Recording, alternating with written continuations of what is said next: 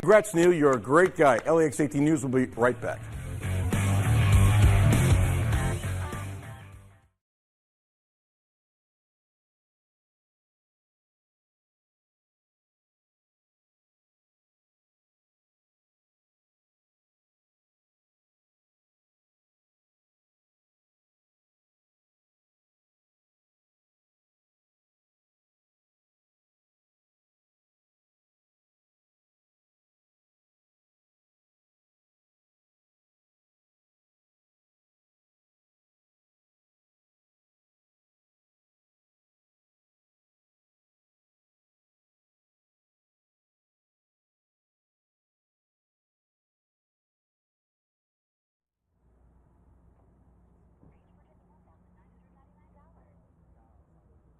Nikki, I need you to dial in.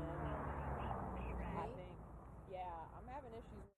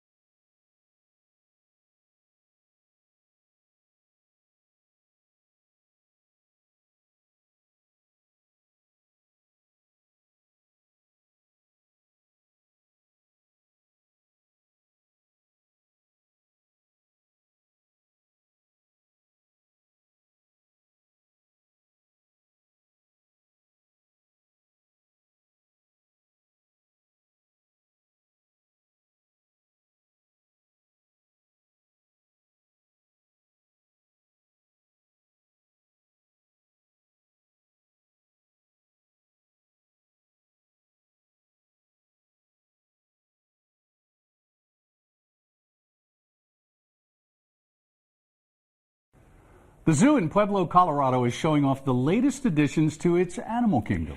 These 3 lion cubs, 1 male and 2 females, were born in October but weren't on display until just recently. The zoo says all 3 are thriving with their mother, and after receiving vaccinations, they'll soon get to meet their dad. 5 minutes, 5 times a day, 5 days a week. Check out our live streaming newscasts online at LEX18.com. Watch LEX 18 News now at 8 and 11 a.m. and 3, 9, and 10 p.m. LEX 18 News at 6 is next. Count on LEX 18 News. Former Kentuckian actress Ashley Judd is among a group of women sharing a special spotlight. Another honor for a World War II vet, this time by surprise. And a new attraction in southeastern Kentucky, built by hand by a 16-year-old boy. LEX 18 News at 6 starts now. Good evening, I'm Kevin Christopher. And I'm Nancy Cox. Thank you for joining us at 6. The group of women who launched the Me Too sexual harassment movement has collectively been named Time Magazine's Person of the Year. And that includes former Kentuckian actress Ashley Judd, who went on to achieve Hollywood stardom. LEX 18's Michael Burke has the big story at 6. One of the Commonwealth's biggest stars just received one of America's biggest honors. Ashley Judd has been named, with several others, as Time Magazine's Person of the Year. They all came forward to say Me Too and formed a movement for sexual harassment victims. Last week, before being cleared to talk about the announcement, Judd spoke with Hey Kentucky host Matt Jones. I think that we all experience it in some way, shape, and form. And that's why it's such a big deal. Judd came forward about an incident which took place when she was a young budding actress inside a California hotel room. It was there Judd was allegedly harassed by movie mogul Harvey Weinstein. It was there that both her life and its purpose changed forever. This has allowed everyone to come forward and say, literally, as we know, me too. The UK grad knows those on the cover, including Taylor Swift, represent a small percentage. There are more who can say me too, way more than the statistics would show. When there are 3 or 4 of us, all of us have experienced it. And she told NBC's Today Show how she is still spending a good chunk of her days. filing police reports at home about gender violence that's directed at me on social media. Covering the news, Michael Burke, LEX 18 News. Ashley Judd had asked the Hague, Kentucky staff to hold that interview until today. She told them they would understand why. And you can see that interview in its entirety with Matt Jones at 7:30 tonight, following Evening Edition. We know Eric Kahn was caught in Honduras, but how he got there or where else he's been for the past 6 months is still a bit of a mystery. Today, he faced a U.S. judge for the first time since he was captured. His lawyer got the chance to talk to him before that and asked some of the questions many have been wondering. LEX 18's Carolina Buchek has details. The manhunt is over. Federal agents returned Eric Kahn to Kentucky yesterday, but his homecoming was not very warm in federal court today, where he faced charges for his alleged escape and the possibility of a lot more prison time. Then yeah, he's going to be looking at life. Kahn's lawyer says he suspects the U.S. will bring back all the charges it previously dropped in exchange for a plea deal.